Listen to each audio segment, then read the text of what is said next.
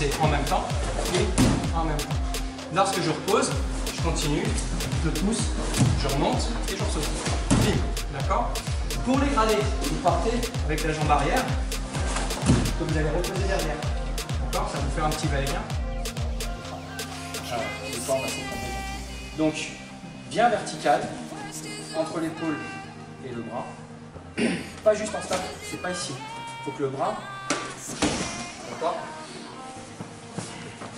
Ça fait mal après, mais c'est un petit chouï. Voilà, vous faites un bisou.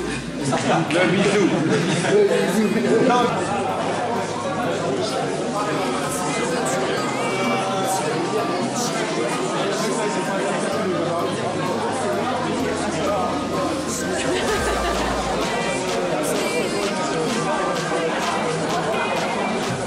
Voilà.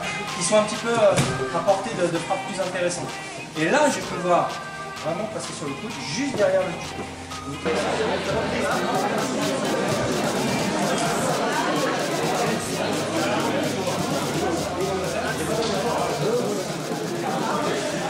Et ce qui est génial dans cette technique, c'est que instinctivement, si je fais ça, il a tendance à faire ça pour protéger sa mâchoire. Donc il ouvre sa gorge, elle est encore plus disponible. Et si je rentre, tout doucement, je vais rentrer tout doucement. Ah bah ça fait, c'est pas agréable.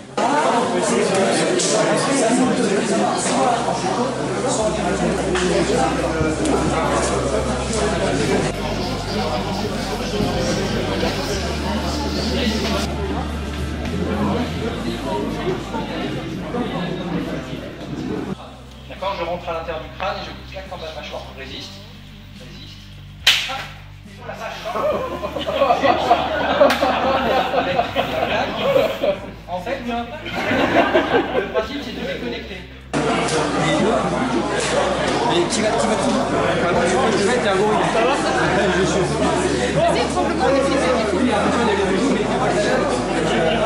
Si je viens chercher vraiment derrière la nuque, tu vas se rendre compte que, tu vois, c'est pas agréable, hein, t'es pas en prendre une.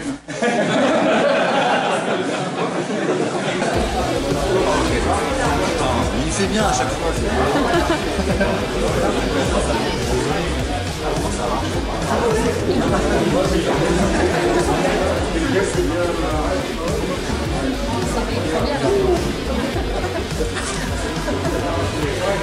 Donc là il sert bien. Vas-y, il sert. Et mon but c'est de venir ici. 1, 2. D'accord?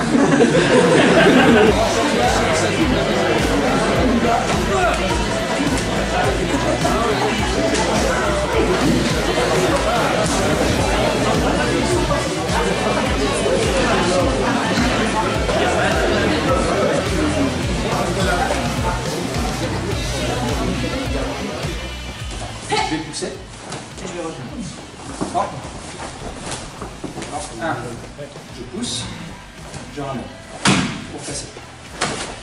D'accord? On est dans du bunkai.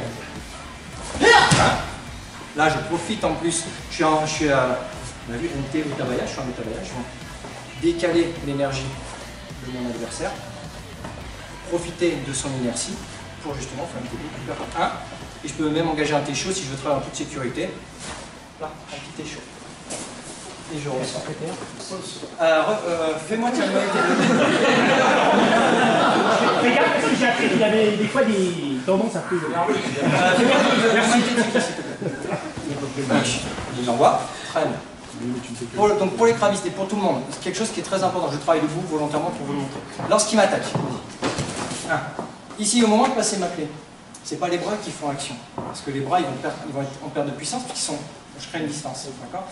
C'est le corps qui fait l'action, c'est les hanches. Les bras, au final, ils bougent quasiment pas. Entre ici, regardez la distance entre mon poing et mon épaule, ma main et mon épaule. Et ici, vous voyez, le bras, il est plié quasiment de la même façon. Donc les bras, ils ont grosso merdo pas bougé. Quand je suis ici, je ne vais pas faire quelque chose de conventionnel. Je vais aller chercher une frappe au niveau de l'aisselle. Peu conventionnel, normalement, hein, j'irai chercher au visage, j'irai chercher au ventre, voire je transformerai en awashi, en ura. Mais là, ce qui m'intéresse, c'est l'aisselle. Pour rentrer et pour continuer avec justement une deuxième frappe sur l'intérieur du qui lâche. Et sur une dernière, ici au niveau de la nuque.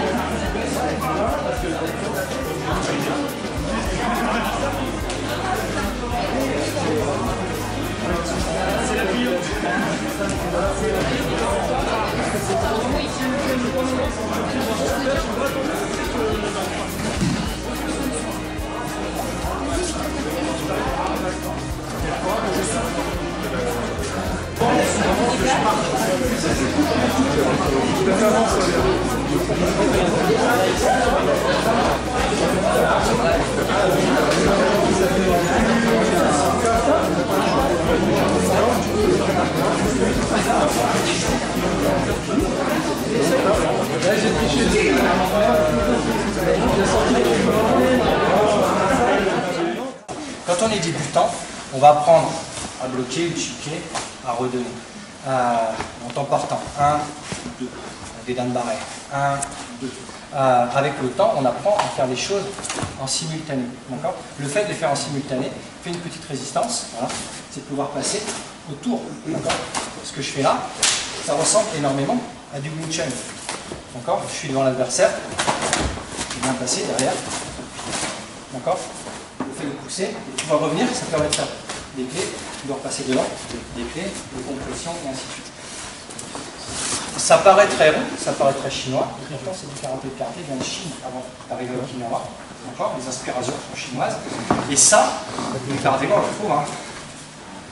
Les Yan Sandan, cette notion de pouvoir bloquer et revenir tout de suite, c'est Yan Sandan. Ça fait partie des premiers katas d'apprentissage qu'on a dans le karaté. Donc cette application de 1, 2 réunis en un seul temps, 1, je pousse, je frappe, on l'a tout de suite.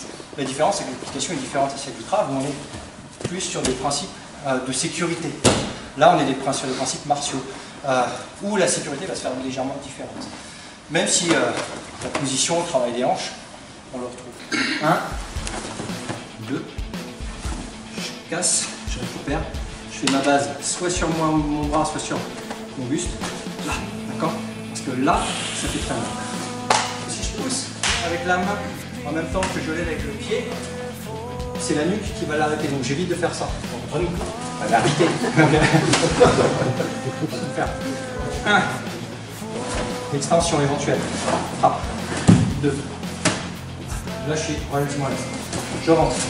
Là j'ai une base haute, volontairement pour me faire remonter. Ce qui ne m'empêcherait pas de partir sur un Izagiri. 1. Et donc pour les habitués, pour ceux qui sont déjà un petit peu plus gradés, je conserve ma base. 2, nuque. 3, je fais tomber.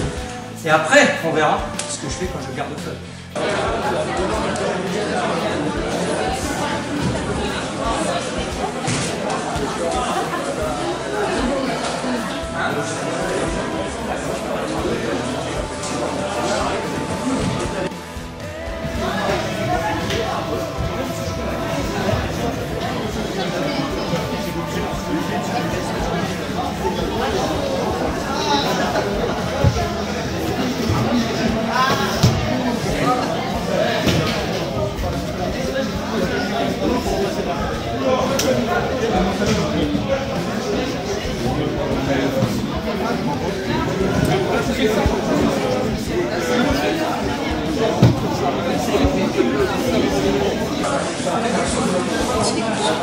Si jamais c'est difficile, quand tu es ici, parce que tu fais Izagiri,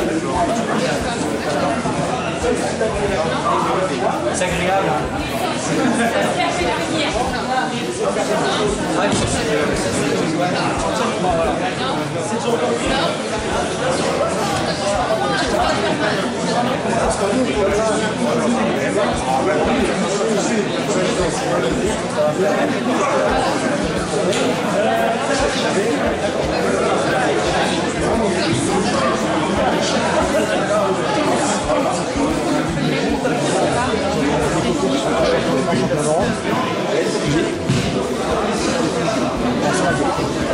blague.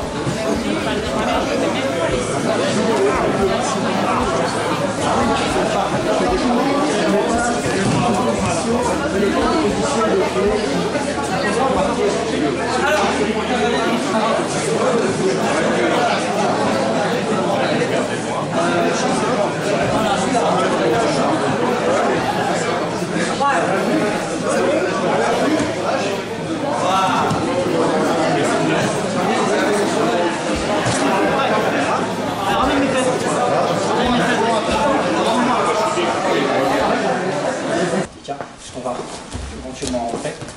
On va venir. Il va rentrer tout de suite dès que la jambe vient. Il rentre. Il passe. Je viens bien taper. Si je tape pas, c'est le dos qui tape. Hein, donc j'évite. Si j'ai ce bras-là, je vais de ce côté-là. Si j'ai le bras-là, je vais de l'autre côté. En fait, ça, je m'en fous complètement. Et là, je vais venir pousser sur la nuque, écraser, garder la tension du bras. Là, je mets un tibia sur sa nuque et je viens pousser le bassin vers le sol. Je rentre et j'avance. Ça, c'est pour plaisir. Je veux finaliser. C'est gratuit. Profitez, c'est gratos. Je viens faire un triangle. Je mets un pied, alors n'importe lequel, hein, à l'intérieur du genou, l'autre ici, et je vais avancer. Je viens poser ma cuisse. D'accord? Si je force un petit peu, ça fait. Ça, c'est un petit peu ce qu'il était à plat avant quand vos poissons privés. Hein. Est-ce que tout le monde a compris? Ça va?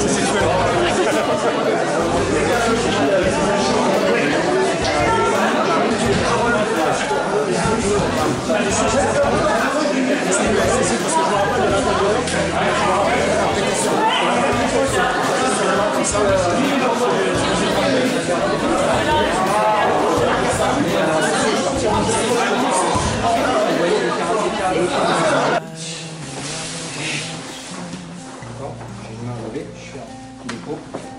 Ici, je suis en tête et je suis droit. Mais